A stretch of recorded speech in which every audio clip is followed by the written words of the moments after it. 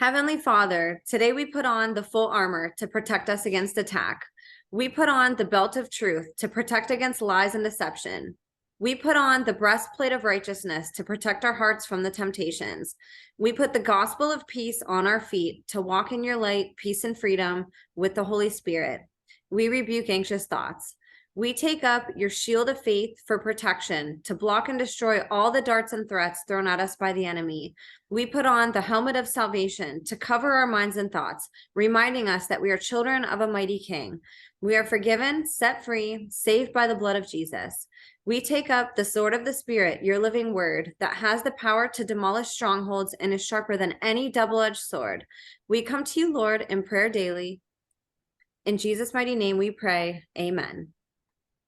What's up, you guys? Welcome to The Imagination. I'm your host, Emma, and joining us this week is someone who has become quite a regular on the show. Back for his fifth time, please help me in welcoming independent investigative journalist and reporter, whistleblower ally, and arguably one of the loudest and most important voices in the world, bringing awareness to the corruption taking place in the family court system, Mike Volpe. If this is your first time hearing Mike, I'll link his playlist in the show notes where you can find all of our past podcasts detailing topics such as parental alienation, false accusations in court, how and why family court actually functions as a child racketeering pyramid scheme more so than a place of justice, and so much more. I encourage you all to learn about this topic and share with everyone you know so we can be empowered as a society to make the best decisions possible for our children and not be blindsided by people who see them as human capital. This week, Mike is going to do a deep dive into a very relevant topic: how Silicon Valley executives get preferential treatment in family court. I say relevant because I think one thing the last few years has really exposed to us is how high-level executives tend to get preferential treatment in and out of court. And Mike's work is an important piece of this puzzle that really shows the ramifications these preferential treatments can have on our most vulnerable population, our children. It's an honor to have Mike back on, and per usual, you're going to learn so much in a short amount of time, so grab a pen and paper and give your full attention because you'll get so much out of this episode. I also encourage you to subscribe to Mike's Substack. It is jam-packed with information on exposing family court corruption and is so affordable. We need to resource our creators who are out here giving so much of their time and energy for free so they can continue doing this work for all of us to learn from. If you're looking for a place to put your money where your mouth is, I always encourage listeners to directly fund my guests so you know exactly where your money is going. I'm going to link that in the show notes also. So you guys, without further ado, please help me in welcoming independent researcher and reporter, content creator, voice for the voiceless, and child abuse advocate, Mike Volpe. Mike, thank you so much for being here with me today. Thank you for having me. Absolutely. I'm really excited for this topic. Whenever you presented it, I've seen you put some articles out lately, so I'm really excited. Right. I started doing some work in California, and I had heard, and there's been, you'll find a few articles out there, but very little work is done, even though everyone talks about big tech. So I had heard that executives from places like Google actually primarily, or Alphabet, but Apple, Microsoft, Facebook, when they get divorced or they get into these child custody matters, they get all kinds of preferential treatment. So they are manipulating the courts. And so I did a couple of stories that show that. And I also talked to a woman named Susan Bassey, who has been looking at it for nearly 10 years. And what she told me confirms my suspicions, which is that it is widespread. That if you are C-suite is like chief executive, chief tech officer, chief information officer, chief financial officer. If you're there or maybe really close to there and you get divorced, you've got a child that you get into a custody fight with, you're probably going to walk away with a completely unbalanced order that's going to favor you, not because it's in the best interest of the child, which of course no judge really can understand, but because you are the executive at Google, Facebook, PayPal is another one. Cisco, one of the folks that we're going to talk about, he's now at a place called Brandel, which I'm not familiar with, but he was one of the top executives at Cisco. So if you're working in Silicon Valley or near there, and you're one of these guys, what people don't know is you are then manipulating and managing the courts, and it's widespread. And so let's start with the first story. So one interesting aspect of this story is um, the guy's name is Dave Hilliard, Hilliard, I think, and he divorced his ex-wife, and he's an abusive guy. What you're looking at, if you're watching this, at the top are some notes that he wrote that were found by the police, in which he, I don't know what, muses, if you will, about committing the perfect murder. So really swell guy, and no one we should be worried about at all, Oh my right? goodness. So Dave and his ex-wife, they were living in California for quite a while, and one day he confesses to her that he had been having multiple affairs, and he wanted to like double down on the marriage and really make it work. And then he says, "Let's move to Virginia," like to get a fresh start, supposedly. But in reality, the reason he wanted to move to Virginia was because in Virginia, the way the property settlement is divided, the laws are more favorable to the breadwinner of a very significant estate. So they moved there, and about a year later, he files for divorce, and this was his plan all along. He wasn't trying to like make up for anything. Uh, but what happens is they eventually wind up back in California. And what was crazy was they started the divorce, but they never quite finished it. And they created a series of like custody arrangements, and then they would live together, even though they had these custody arrangements. And it gets very confusing. But at some point, David attacks his now ex-wife, and the Joanna is her name, and the cops get called out. The cops suggest that she go out and get a restraining order. So he, in terms of legal maneuvering, he asks for a restraining order, and he claims that she had taken personal items. He comes up with the most specious reason. And what does the judge do? He grants it against each other, but the effectively it's just against her.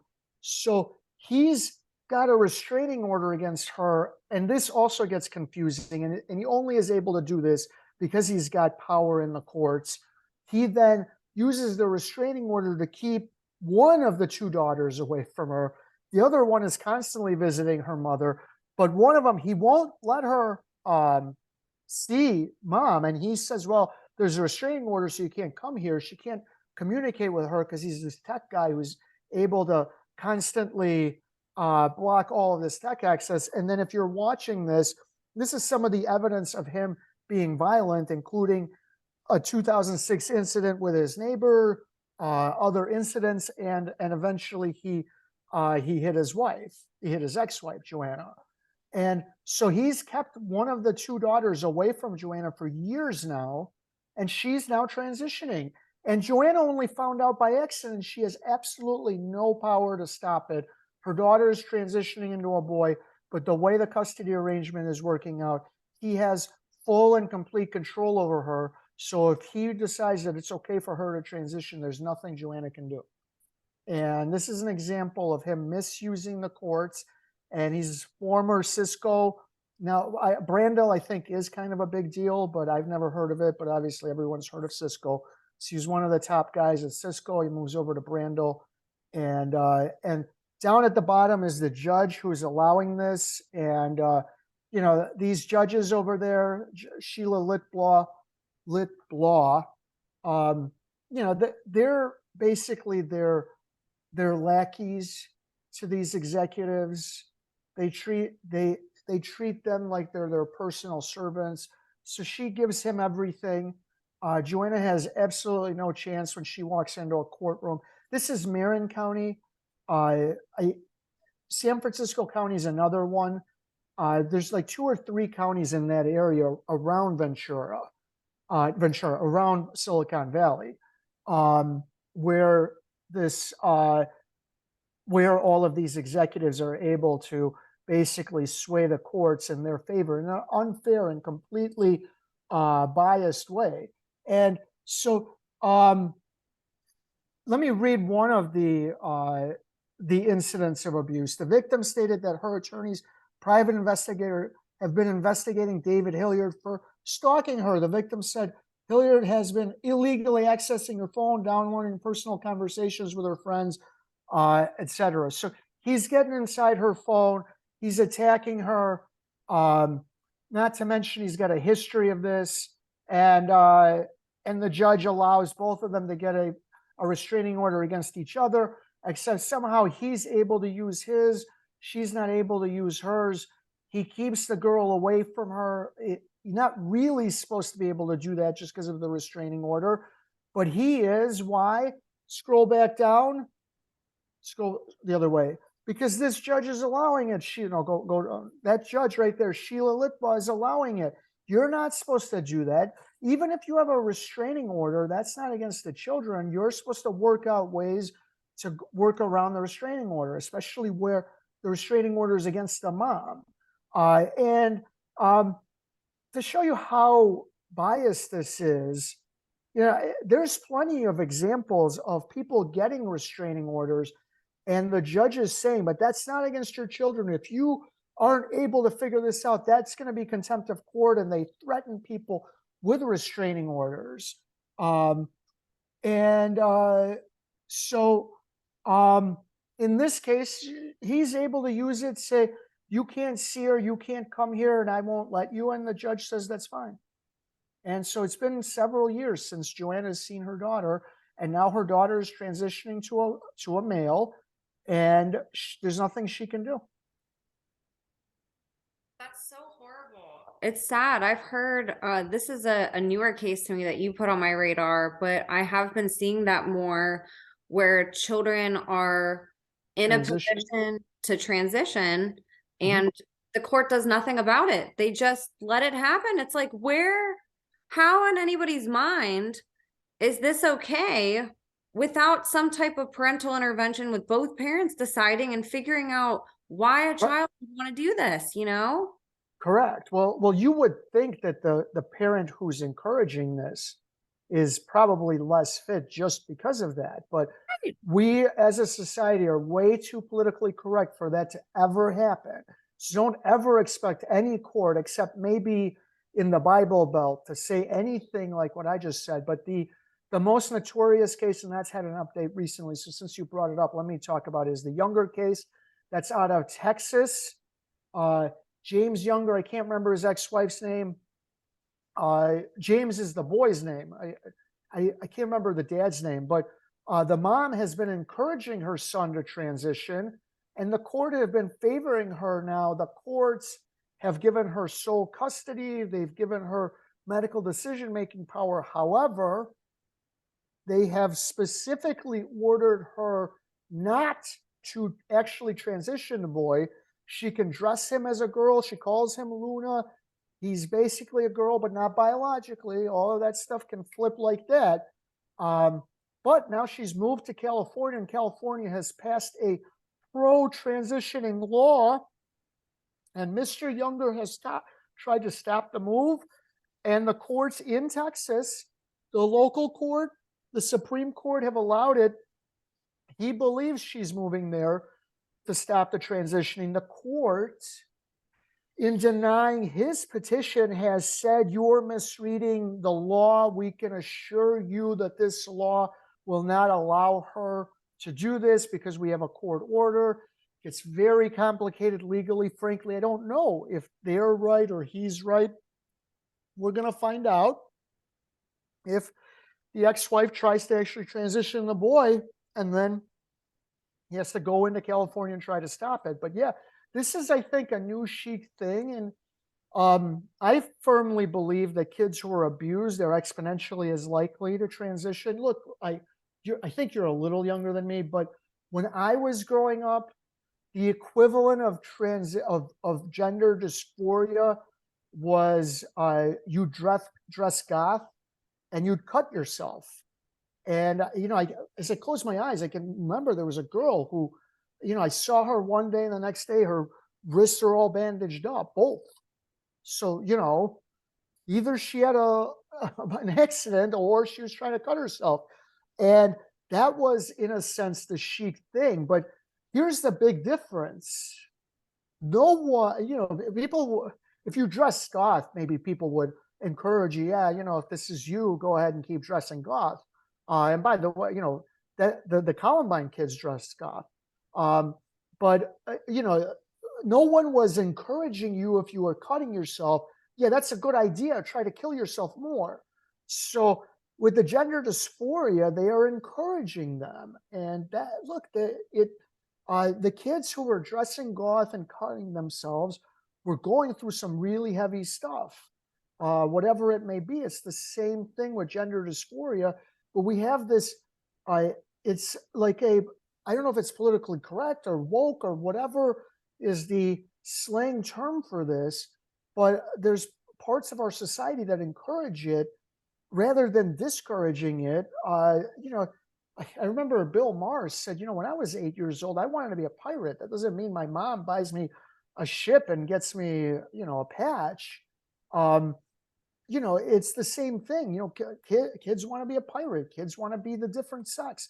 That doesn't, and it's okay to let them maybe dress as a girl, but at some point you put an end to it.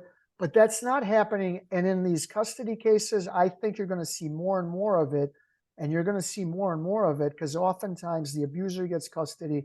And there's no doubt in my mind that if you're living in an abusive situation, which I think a lot of the goth kids were, that you are exponentially more likely to develop gender dysphoria. And so you're going to see that as you go forward. And the younger case is the one case everyone talks about, but you're going to see a lot of these cases. This is another case that, like the younger case, has not received the same media attention yet, but maybe it will. And Dave Hilliard from Brandel getting preferential treatment I think he's in Marin County. And so let's get the next one up. And this, if you think there was preferential treatment in that one, this is some of the most breathtaking use of power you'll ever see. If you want to read the whole thing, it's called Former Google Executive Throws His Weight Around in California Courts.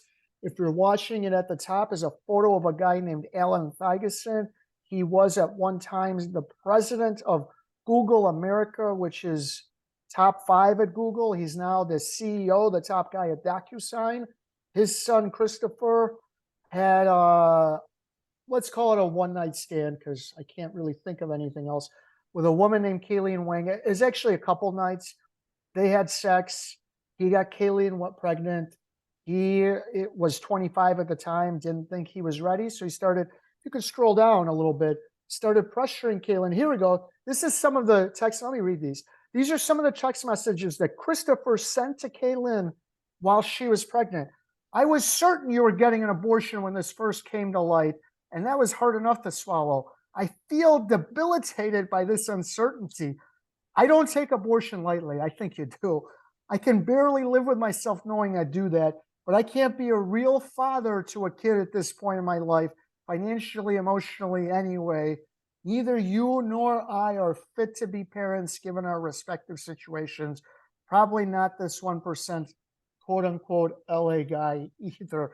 By the way, these text messages are like the poster child if you're against abortion. So you wanted to have sex with her, you got her pregnant. Now you're like, fix my problem by having an abortion. But anyway, not a consequence to my action. Yeah. You could try to grow up. I can't be a real, you can. If you tried hard enough, you can.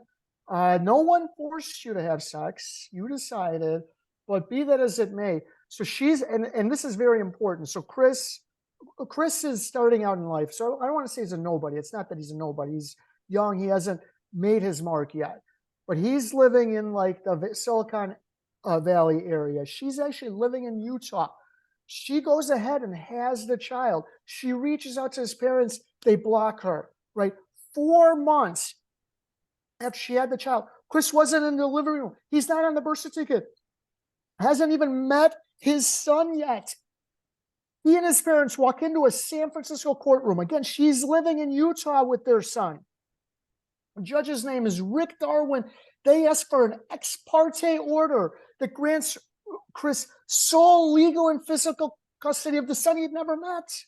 And it was a restraining order, and the custody was a part of the restraining order. And they claim that she was cyber stalking him. Their evidence is so weak. She does have a history of cyber stalking, but in their case, their evidence was so weak. It was like she was sending messages to their friends and saying, you know, Christopher's not taking responsibility. The stuff she was doing, I do. All right. I'll reach out to, like, if I'm writing about someone, to people they know, and give them links to the article, or I'll ask them questions. If she was cyber stalking, so was I. This guy granted him sole custody. He's not even on the birth certificate now. I should say they did take a DNA test. They were able to give the judge proof that he's the father, but he's not on the birth certificate. He's never met this guy, and he gets him custody. And then the family, not Chris, the family hires this guy. I think his name is Dave Rappaport. He's an $800 criminal defense attorney, right? Doug Rappaport, $800 an hour. Christopher's not charged with a crime. He reaches out to DAs at multiple counties, works with the DAs until they charge Kaylin with the crimes. And now she's facing crimes in 2 separate jurisdictions, and they keep calling her crazy, this, that, and the other. Christopher needs to be able to have this child. She can't be anywhere near the child. For 4 months, he hadn't seen the child at all. They used, I don't know if it was SWAT team, but police to get this child when she had him, to take him. And now she's on supervised visits. And now they're going to cut that off as well. And a breathtaking display of power. If you are watching this on TV, what you see right there, that Don, that is to an assistant DA. As discussed, this is Rappaport. As discussed, normally one more felony charge doesn't add much overall to custody time calculation, but charging felony perjury here makes sense for 2 equally important reasons. And he goes into an explanation of why this guy, Don, should charge Kaylin with a crime. They've hired their own criminal defense attorney to get someone else charged with crimes. He's like their personal criminal liaison. This is what rich people can do. All right? If you're poor, you can barely hire a criminal defense attorney for yourself. If you're rich, you hire it to get someone else. Oh, and one other thing. In San Francisco County, where she's charged, the assistant district attorney who's on her case is a guy named Donald Dubain. Why is that important? He used to be the DA, the head guy in a county near there. So normally cyber stalking isn't the sort of thing that a high profile guy like Donald Dubain would be assigned to. But for some reason, this guy who used to be a DA is assigned to her case. You think that just happened? Or maybe the Thigesons made sure it happened. They can steer it so they can have a criminal defense attorney get her, work with the DA's office to get her charged, to get the top assistant DA in the office on the case. And now she's being charged in 2 counties, in 2 states, 2 counties, in multiple states, in multiple counties as well. Doesn't see her son. Her son barely knows her. And they've flipped everything around. Her life is completely destroyed unless there's enough media attention that maybe things get switched, and we'll see. Oh my gosh. Yeah, and look, she was facing very small charges from a previous incident where there probably was cyber stalking. And that was in Spanish Fork, Utah. And that DA's office decided to drop the charges so they could be refiled by the San Francisco DA, by Donald Dubain. I've never even heard of that.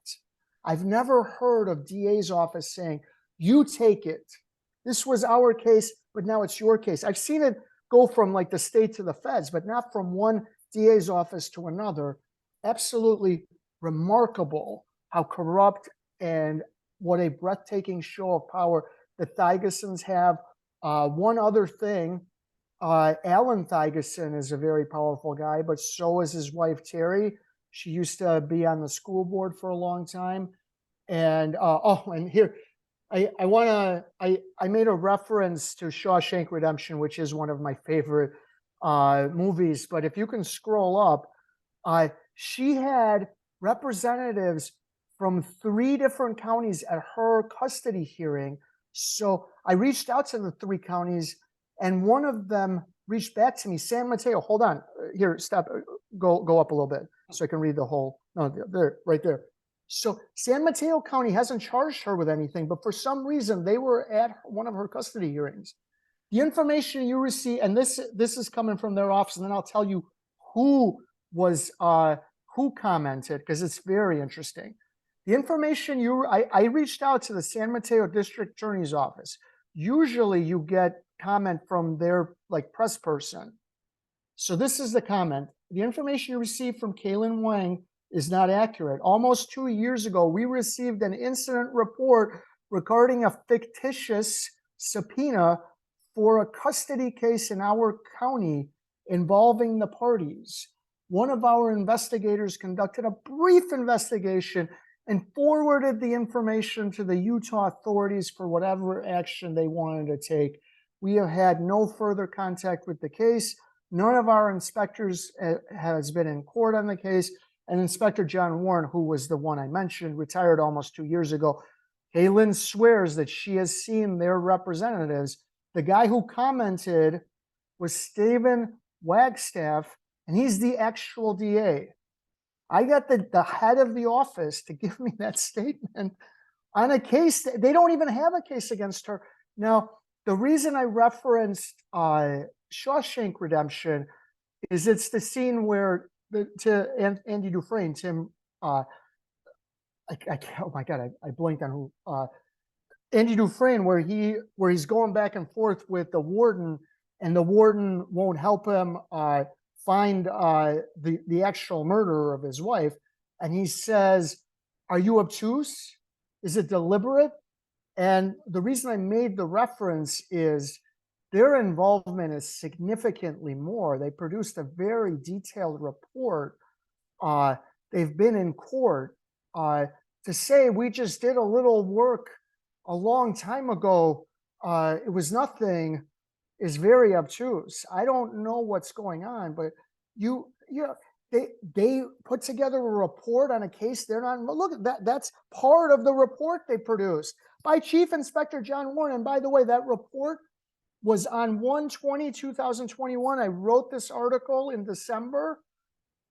If he hasn't been with your office in 2 years, well, December, that would be at least December of 2020. I'm confused about why he would still be involved on January 20, at least January 20th, 2021. It's slightly less than 2 years. Maybe you got it all mixed up. Maybe he retired right after this report came out. But at least as of January 20th, 2021, which is still not 2 years ago, Chief Inspector John Warren, that you said retired 2 years ago, was still in your office.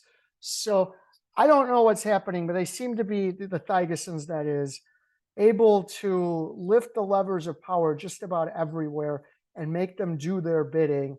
And that should frighten everyone. Lawfare is the way this was described to me by someone else, and that's right. If you pay enough, the law works in your favor any which way. And as I said, Terry Thygesson, the mom, is also the grandma, is also kind of a big deal. This is a very powerful family, not to be messed with, apparently. And they are trying to remove Kaylin from her son's life, but they're not just trying to do that.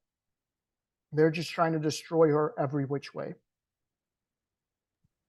Well, and that's really what's scary, right? Is it's like, even if from the outside, if you're the person going through something like this, you could think, well, all the facts make sense that I would win this case, but most people don't take into consideration who the people they're going up against know. If they're in a position of power as it is, just because they're working for Google or Alphabet, how do you know that they're not connected to people in the court, people in law enforcement, people in other positions of power that are going to help you win, despite the fact that there's no evidence on your side? Like, that should terrify everybody. Right. Well, a couple of things. First of all, Kaylin was completely blindsided because she didn't think she'd need to go to court because Chris was showing zero interest in having any kind of a relationship with his son. Number two, that the Thygessons probably don't know anyone in the court. What they have is enough money to hire an attorney who does. They know people who will say, "Oh, who you need to talk to is Doug Rappaport." They probably don't know anyone themselves, but they do know they have enough money to hire someone for $800 an hour.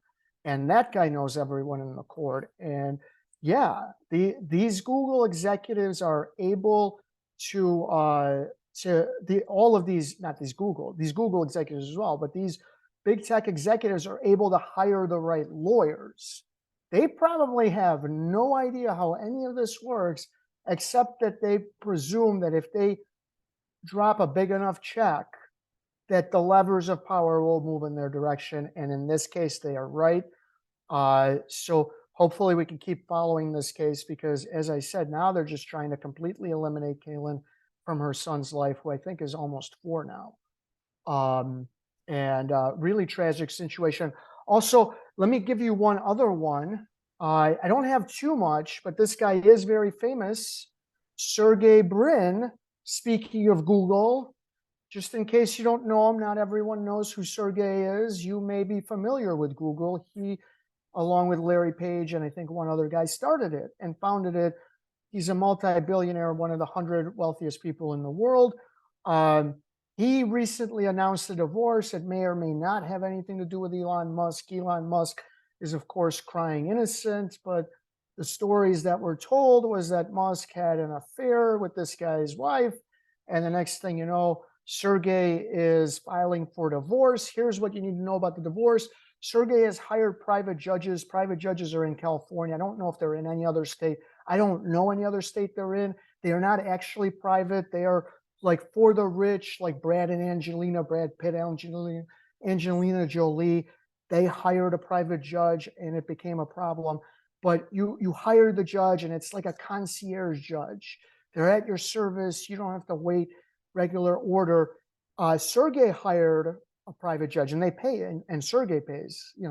Sergey can throw that much money out the window and wouldn't notice it. But be that as it may, even if you have a private judge, it's not actually private. It's still a public hearing. And what Susan Bassey, when I interviewed her, found out was that they gave her the runaround and basically said, no, you cannot watch any of the proceedings of Sergey Brin. And I don't remember his ex-wife's name. But he's able to make it non-transparent. I don't know that there's any other corruption, but this is problematic. That's not how it works. Divorce, unfortunately, folks, is not a private process. If you want it to be private, you do exactly what Tom Brady and Giselle did. There were rumors floating. Next thing you know, their lawyers come out with a statement and said, we've settled. We did it privately. It's not even getting to court and no one's going to know anything. And now no one does. No one knows how much money they have. No one knows how they're splitting up the kids. That's how you do it. Sergey certainly had the resources to hire lawyers that would meet with his wife's lawyers, and they could certainly hammer out an agreement that would then be made private, that no one would know about, and then no one would know the details of his divorce. That's not what he did. He put it into the court system. Once it's in the court system, it's no longer private. I understand you're the founder of Google, but the law is supposed to work the same for everyone. If you or I had a child custody or divorce matter, you can bet that we wouldn't be able to hide it the way Sergey is. And maybe nothing else is going on. And look, if I'm Sergey Brin, I can certainly understand why there are perfectly innocent and practical reasons why I wouldn't want anyone knowing my business. Well, guess what? For innocent and practical reasons, Tom Brady and Giselle Bundchen hired lawyers who went into a lawyer's office, hammered out an agreement that is made private, and it never wound up in court. And that's the way you do it. And that's what people should understand. If you want this private, your model is Tom and Giselle. They did it right legally. There's nothing wrong with any part of what they did. And We don't have a right to know their business. It never wound up in court. That's why we don't have a right to know their business. You don't have a right to know two people with lawyers in a lawyer's office what's happening. That is a private matter. That's not what Sergey did. And he's able to manipulate the court, and so nobody knows what's going on. And the other thing that Susan found is that on a wide scale, when these cases wind up in front of these private judges, they are non-transparent. No surprise. So these rich guys and these rich women hire private judges, and then their cases are hidden from the public. So let's get the last thing up. Yeah, that's the Okay, other problem, right? Like, you can have all the resources you want, but like you said, and you've mentioned it many times on other episodes you've done with me and other episodes that you've done elsewhere, the courts will believe the parent that doesn't have the millions of dollars for everything that they have. So there's no chance that they can keep up in any case with their rich counterpart who's, I've seen it both. I've seen it both ways, because sometimes they believe the poor parent and then just have the rich parent pay for everything. But yes, usually it works that way. Look, I don't know why Sergey couldn't hammer out an agreement. I don't know why. Tom and Giselle could. Tom's not. They're not worth as much as Sergey, but they are worth a lot, and they have a lot. And it was a lot to break up. And by the way, Giselle has more earning power than Tom. So, both of them had a lot to lose. Both of them, this wasn't some simple matter. And the rumors were swirling. And the next thing you know, we have an agreement. I don't know why. My guess, I don't want to guess, but regardless of why, if you put it into the court, you can't ask for privacy. That's not how it works. The court system is ours. It's not yours. That lawyer's office is yours in that sense. It was Tom and Giselle's, but he's able to, and this is for now low level. Now, look, if it's happening because crimes and embarrassing things are being covered up, which is certainly possible. Embarrassing things are certainly possible. That becomes a little bit more significant. If it's because he doesn't want people to know how many shares of every stock he owns it might be a good reason, but he doesn't have that right if he's going to put it in the court system, which he has. So there's a million reasons why he's doing it. The important thing is you and I would not be able to get that kind of consideration. He is, other rich guys are, and in particular in Silicon Valley. So if you scroll through, Susan has looked at a lot of these cases. She has found that executives from all of the big tech companies that everybody's familiar with, Microsoft, Facebook, Google, PayPal, you name it, they're all getting these kinds of sweetheart deals. So what has she found? If you allege abuse, you can expect to lose all custody of your kids. Wives, left and right, are going to jail for specious and frivolous reasons as part of the punishment. On the flip side, she's also found that it's very easy to use false allegations of abuse to get a restraining order, a protective order that these guys are using. And it's very non-transparent. But here is the other key. She has found the local media doesn't cover it. See how much coverage you can find of Sergey Brin's divorce. Of all the people in the world to cover a divorce, Brad and Angelina is number one, Tom and Giselle is number two. Sergey's right up there. He's a big deal. You would think in that area, everybody would want to know what in the world is going on with Sergey's divorce. What sort of titillating information can I get out of these documents that should be publicly available? No one's covering it. They covered that he's getting divorced. None of the details of divorce are leaking out, right? Why?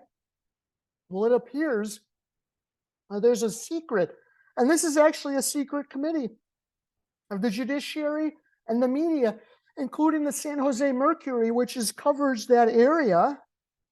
So the judges are whispering into the media's ears not to cover this stuff. The stuff doesn't get covered.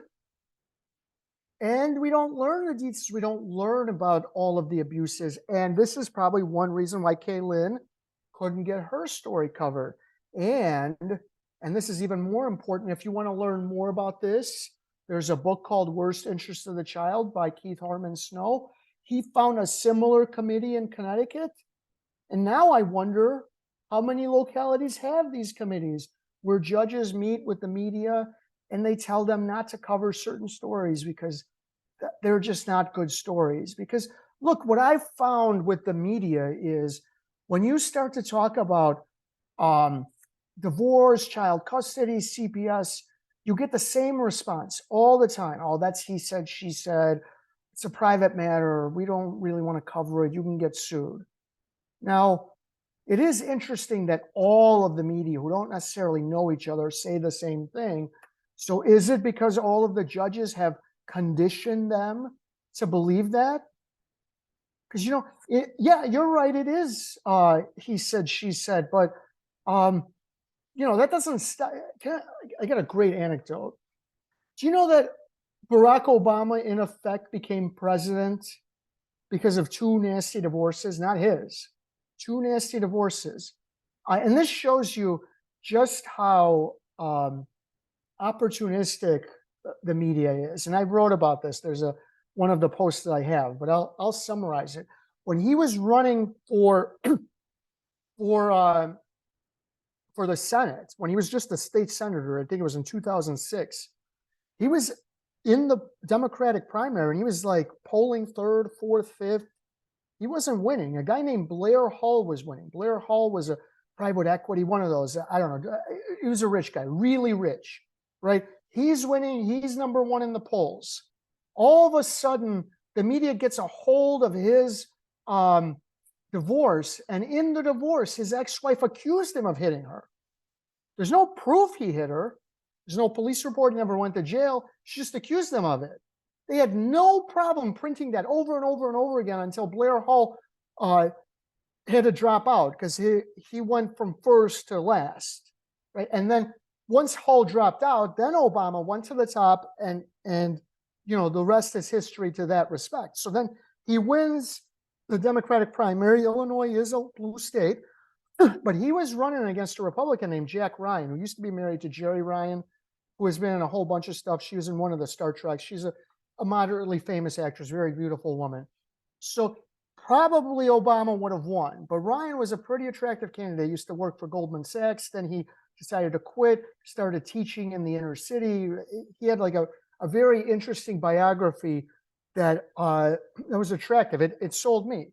And he's very charismatic, everything. He would have been tough. He probably would have lost because the state was too blue. So he had his divorce sealed. The media begged and asked the judge to unseal it. They unseal it. Now, in a divorce, there's going to be something that's going to be embarrassing to you. There's always. So Jerry accused Jack one time of taking her to a swingers club. And the way it was written in the divorce was they walked in, they looked around, they both became uncomfortable, and they left. And that was enough to get him to drop out. And then the Republicans tried to recruit Mike Ditka, the former Bears coach, and he decided not to. And then they threw in Alan Keyes to be a sacrificial lamb, and he got destroyed. And the rest is history. But those two divorces don't happen, and who knows? But the same media that tells you, oh, it's he said, she said. Well, Blair Hull's was he said, she said. Jack Ryan denied that he ever took her to this club. They had no problem printing these allegations when it was those two. So I'm curious how many places, and if you're seeing this on TV, this screenshot is a part of the Connecticut I think what they call it, Judicial Media Committee. The judges get together with members of the media, like the Connecticut, let me see, the Connecticut Mirror, the Connecticut Journal, the Norwich Bulletin, the Hartford Courant. So WTNH, I don't know what that is. It's one of the TV stations over there. So they get together and they all talk about the courts. It's really nice. And then in Connecticut, they never cover the courts. And there's so much corruption in the courts. You don't believe me? Read the book I mentioned, In the Worst Interest of the Child. If you want to read something short, you can read one of my articles. It's called Making Divorce Pay. Lots and lots of coverage. Wayne Dolcefino has covered it. He's one of the best reporters ever. This guy, Frank Parlato, has covered it. It's called Frank Report. If you don't know who Frank Parlato is, NXIVM, he broke it. All right. He's a big deal. You're not going to find it in the Connecticut Mirror, in the Hartford Current, WTNH, forget about it. And I'm wondering if this committee that you're looking at has anything to do with that. The thing that's confusing to me is, first of all, this is like a little secret society almost that's like functioning within the court that is secret, right? Like, why don't They're we? not completely, and Susan pointed this out, that I found this on the court's website. They're not completely secret, but they're also not promoting it.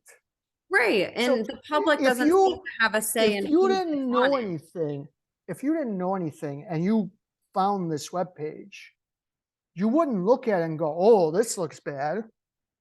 You go, "Oh, a judicial media committee." You know, you're not really sure why they have why would you need a judicial media committee?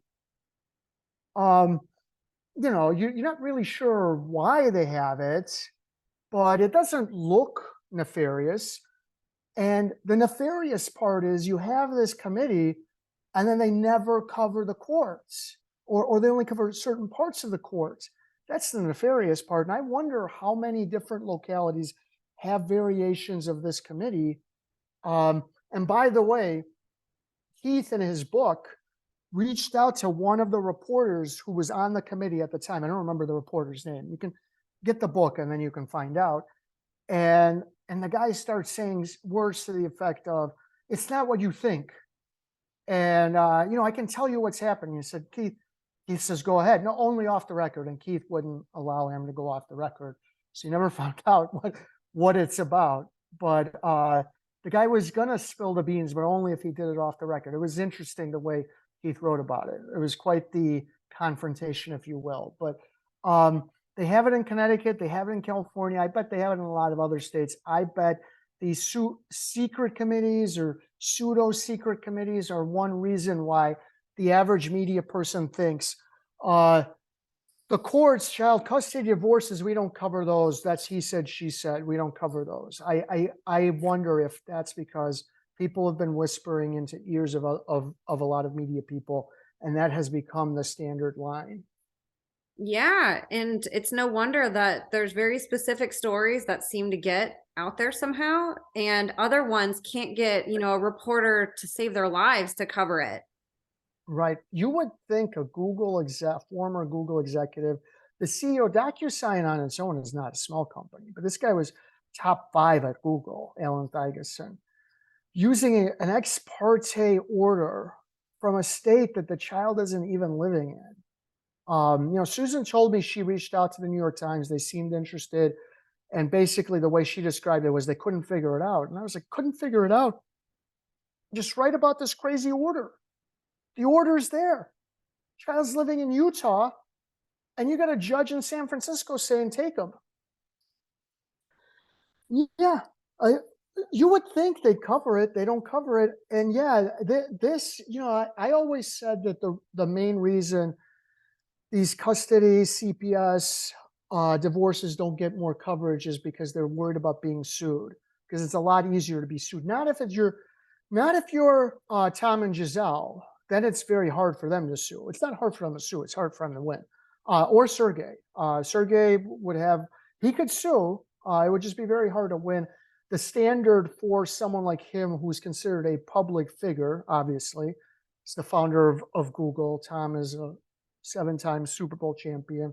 Giselle is a supermodel. They're all public figures, well known.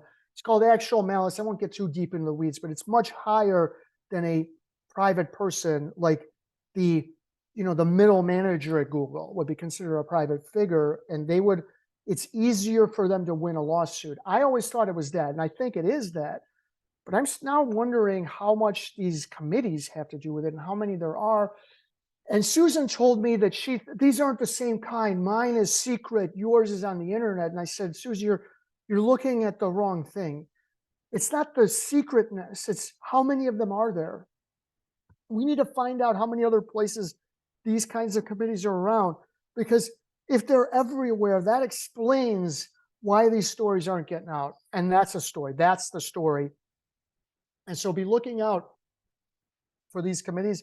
I'll be looking out for them. This is a very big deal.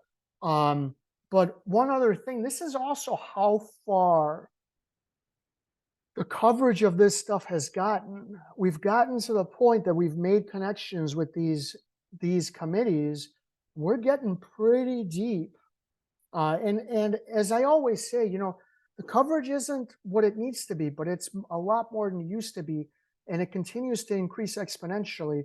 So I think we are getting there, but it's entirely possible that there is structurally people stopping this in committees like this, like the one you're looking at from Connecticut.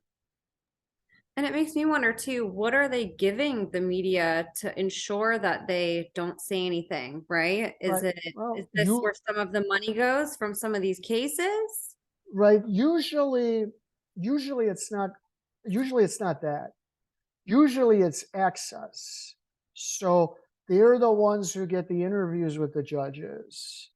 They're the ones who are able to put cameras into the courtrooms of the high profile cases. They're the ones who get to the front of the line for like the titillating stories that everybody wants to cover. Usually that's how it works. Usually that's the, sometimes I won't say the media isn't that craven. Well, the way you bribe the media is through access. We'll give you interviews. We'll allow cameras into this courtroom. We'll allow whatever access you need, and they're perfectly willing to give it, because guess what? The members of this committee are not going to ask the tough questions. They're not going to give me an interview because they'll be very worried about the questions I'll ask. But my guess is Eric Parker, anchor at WFSB, is not one of those who's going to ask the tough questions. He'll be asking the softball questions. And so most likely in most of these cases, the way you buy the media off is through access. Look, that's how they stop stories. The next time you see someone get a high profile interview and how did they get that interview? Don't be surprised if how they got that interview is by spiking a story that made the person willing to do the interview look bad. Not always, not even necessarily a majority of the time, but yeah, no, that's how these kinds of bribes work. This is so fascinating. Where is there somewhere that if people, regardless of what city, state they're in, is there, and maybe not everywhere would list it, but is there somewhere that people could check in their own area? I don't know. I've known about the Connecticut one for a while. The one in California, Susan knows all about. I don't know how you check on them because they're not going to tell you they exist. Then you're going to have to find out by accident. Look, if you're bold enough, you call the courts and ask them. I heard that there's a judicial media committee in Connecticut. Do we have one of those in our state? And see what they say. Yeah, that's a good point. Because I feel like this would be very important for people to just know that this is in If their this is community. happening in other places, that explains a lot. It explains a whole lot. But exposing it is very important. Yeah. Because this may be why these stories are not getting out to the mainstream. Gosh, this is wild. This is such an interesting and amazing find that you guys were able to somehow figure out in a couple of Susan found it in California, and hers was, I didn't even find the committee. I just was told that it exists and then told how to find it. But she found it and it was super secret. I think through FOIA requests.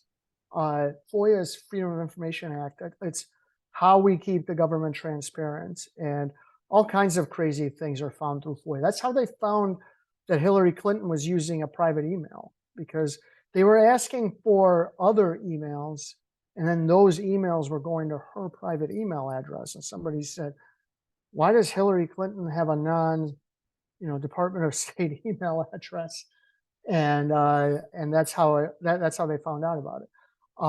So FOIA is a very big deal. It's the way media gets a lot of things. But anytime you want to get a police report, it's open records or a FOIA process. So you've probably done FOIA, you didn't realize it. Jeez. This is wild. I just feel like the more you kind of go down a rabbit hole like this, when you get to a certain point, you think, gosh, this is horrible. Like, this must be the whole story. And then it just keeps getting deeper and deeper and deeper. Right. Yeah. Well, the hardest question to answer in news is why. And so you will learn the who, what, when, where. You might even learn the how. If you've learned the why, you may have gotten to the end. And so you're right. You go deeper and deeper and deeper. But if you can explain why the media doesn't cover it, you've gotten pretty far. Because the media definitely doesn't cover it. The media is definitely afraid of it, but not nearly as afraid as they were even 3-4 years ago. The first time I definitely noticed was 2019. 2019, I noticed exponentially more coverage. 2020, it took a step back because of COVID, because obviously COVID, it absorbed everything. And what you saw was COVID-related family court coverage. Someone would lose their child because they didn't wear a mask. Someone would lose their child for another COVID-related thing. The first thing I saw was some nurse on the front lines lost her child because her ex claimed it's too dangerous. But then 2021 was when we found the St. Louis stuff.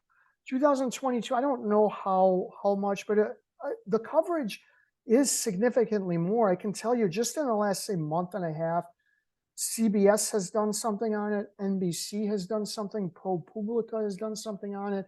ProPublica did a big thing in Denver, and that has led to a major investigation. So and this is just in the last couple of months, several major outlets, and I've seen less major outlets also cover it as well. So it's not correct to say you're not seeing any coverage. You may not see enough, but you are seeing coverage. It's not correct to say you're seeing no coverage. That's not accurate. That's cynical. You're not giving them a chance. I've used this guy's name before, and he's done a lot of really good work. There's a great investigative reporter at NBC.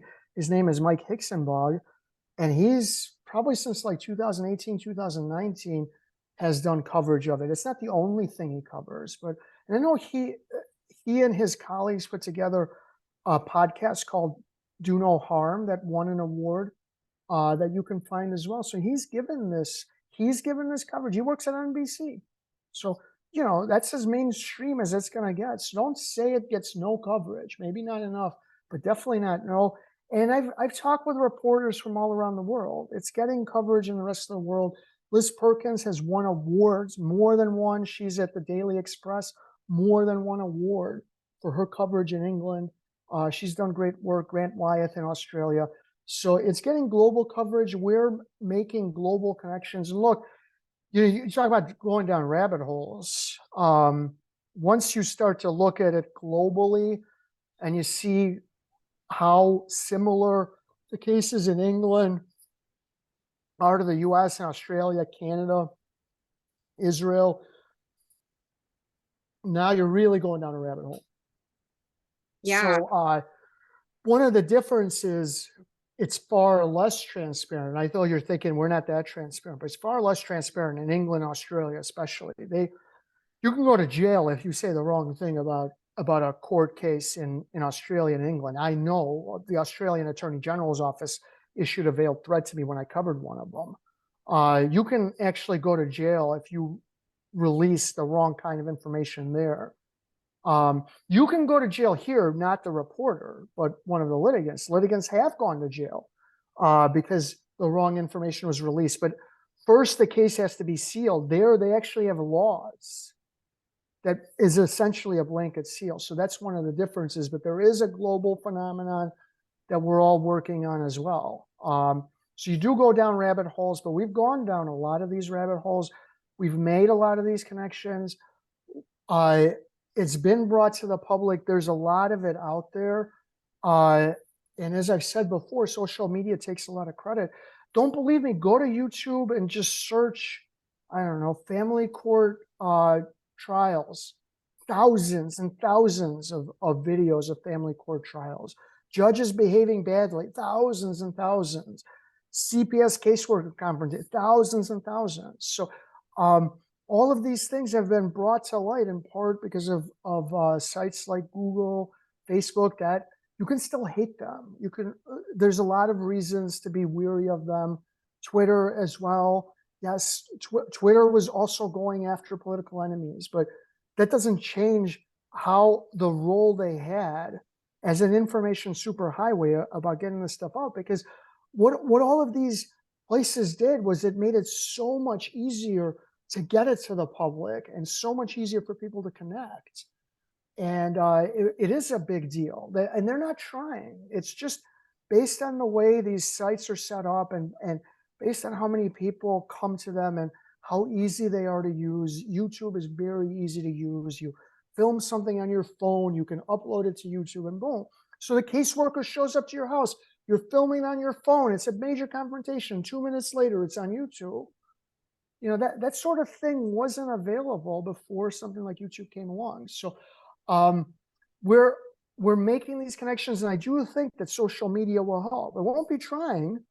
YouTube, it's not like YouTube's taking an active role. It'll just be there for you to take advantage. And so I think with that, I've talked enough. If you want to conclude, then we can finish up. Well, I'm also grateful for social media because as much as I hate it and as much as, you know, it's deleted me off platforms and censored, like I would have never met you without it. You know, there's no way I would have met you most likely with, or at least not this quick, you know, it would have taken a long time without it. And I think Look, so thankful.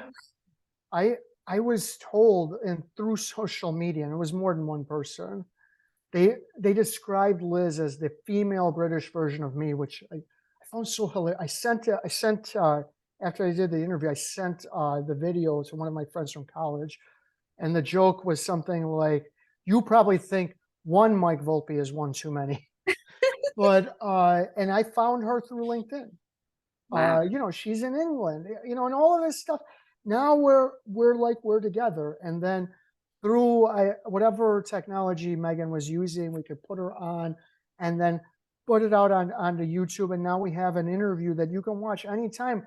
The similarities are just remarkable. It's basically a few differences in laws, but really nothing. Female domestic violence victims are abused in courts in England the same way they are in the US. Parental alienation is misused in England the same way that it is in the US. These judges are arrogant, full of hubris the same way they are in the US. You're thrown in jail on specious reasons the same way. So many similarities. Child molesters, child abusers constantly getting custody. She's telling these stories, and the only difference is she has a British accent. It really is often. Same with Grant, who's out of Australia. He's telling these stories, and the only difference is his accent, because they have slight differences in the law, and I don't think they matter. Yeah, it's not exactly the same structure, and so what? The laws are pretty much the same, and the outcomes are pretty much the same, and what we're finding is pretty much the same. And I think that's the last frontier, if you will, is to find out exactly why this is happening on a global scale. And thank God for your work. You know, you've connected a lot of those dots for people who can't go anywhere else, you know, because their media won't listen to them or they're not being heard in court. And you've connected so many parents together, and you've connected with so many people like Susan who are also on a mission. you know, and we're all so thankful. I know everybody that watches this show and everybody that follows you is so grateful for the work that you're doing, because I know that, like you said, it's getting more and more coverage, but I think people like you really helped put it in the public eye more, so people are asking for it and they're paying attention and bringing light to stories. And at some point, the news isn't going to be able to hide it anymore, you know, Right. and it's going Oh, to get so hopefully. loud that people are going to just, they're going to learn about it a different way if the news isn't telling them. Right. And the news isn't, they're hiding it, but they're not hiding it as much. It's like their It, cherry pick, right? Like what stories they cover. right, they do. And but you're seeing it. Like I said, Mike Hicksonby is an investigative reporter at NBC, and he still does a lot of different coverage in multiple states. It was a lot mostly CPS related, but viewing it from different angles, so that they're not hiding it as much. But no, look, it's still hidden a lot. But I think we have made a lot of progress. And as a, momentum, it starts off slow, and once you get going, it really gets going. So if you want to support my work, go to the site, michaelvolpe.substack.com. You can get either a free or a paid subscription. And so check that out. And I'll be back on for other investigations. And where else can people find you on social? Where are you on Facebook, Twitter, and all of that? I'm on Twitter at Mike Volpe. I don't remember what it is on Facebook, but you can find me there as well. And then my YouTube channel is Michael Volpe. That's getting going as well. I get a lot of cool video and audio that I put on YouTube. And you've sent me some cool the stuff you sent me from Alicia's case. You interviewed Alicia Adams, and I was completely blown away. There's a forensic interview, and if you want to see the proper way to not in, she wasn't interrogating her, the proper way to interview a child. I know she stops and she doesn't want to get too much information from her, but there's a right way and a wrong way to interview a child to try to elicit very painful information. And this woman knows what she's doing. It's pretty amazing work. That I get a lot of like body cams that are pretty interesting and undercover recordings. And you can find from the St. Louis investigation, it's called St. Louis Family Court Corruption. That's the now infamous Zoom conference of nearly 40 corrupt guardian ad litem from St. Louis as well on my channel. Yeah, that case is really crazy to me because now I live in St. Louis and it's like, oh my goodness. So thank you Right. for You might run into Elaine Podlowski someday. Maybe you guys can go to lunch. She might like you. maybe she'll give me a statement. Right. Maybe. I ask her every once in a while. So far, I haven't been able to get it. I played it out in my head. And if I could ever interview her, the first question would be, "How are you?" Because you can't be rude or mean if somebody's like, "How are you?" So it's very disarming. She has to say, "I'm okay." I'm doing all right. Why? Right. See, you can't be mean if somebody's like, "How are you?" So anyway, that would be my first question, and then we'd see how far we got. But all right, so you can find me in all those places, and I'll be back. I've got a lot of other good investigations. I'm doing some good stuff on I'm doing some good work on elder abuse. Elder abuse is terrible. It's horrible. But maybe next time we'll talk about how our elderly are abused in nursing homes and conservatorship and guardianship, financially abused, isolated, drugged, other things. Another really awful topic that also doesn't get enough coverage, but is getting more coverage. If you have time and you have Netflix, check out a movie called I Care a Lot, which is fiction, but based on reality, that shows how these corrupt elder abusers operate. Very realistic, that movie, I Care a Lot. You're always welcome on, Mike. So we'll look forward to that. And that's everything that you have to offer. It's great to learn how our world works and to be prepared for these things that we can never anticipate happening to us. So thank you so much for educating us and for coming on. For everybody listening, I'm going to link all of Mike's links below. Please subscribe to his Substack. If you can't pay financially, sign up for the free one and share the episodes. That's another form of payment. You're introducing his content to other people. If you can spare a few dollars a month, subscribe to his Substack with the paid version. You're going to get tons of stuff all the time, and it's great. If you're into learning about this, you're going to get all different articles in your email daily, and Mike really does a great job with constantly curating awesome content. It's not awesome in the sense where it's fun to read, but if you want to learn more about this, if you're a parent experiencing this, there's no better source to go to than Mike for this, and his Substack is just a wealth of knowledge. So please go connect with him there, connect with him on YouTube, Twitter, everywhere else that I'm going to link below. Mike, thank you again for being here. Thank you everybody for listening. God bless you all, and we'll see you next week.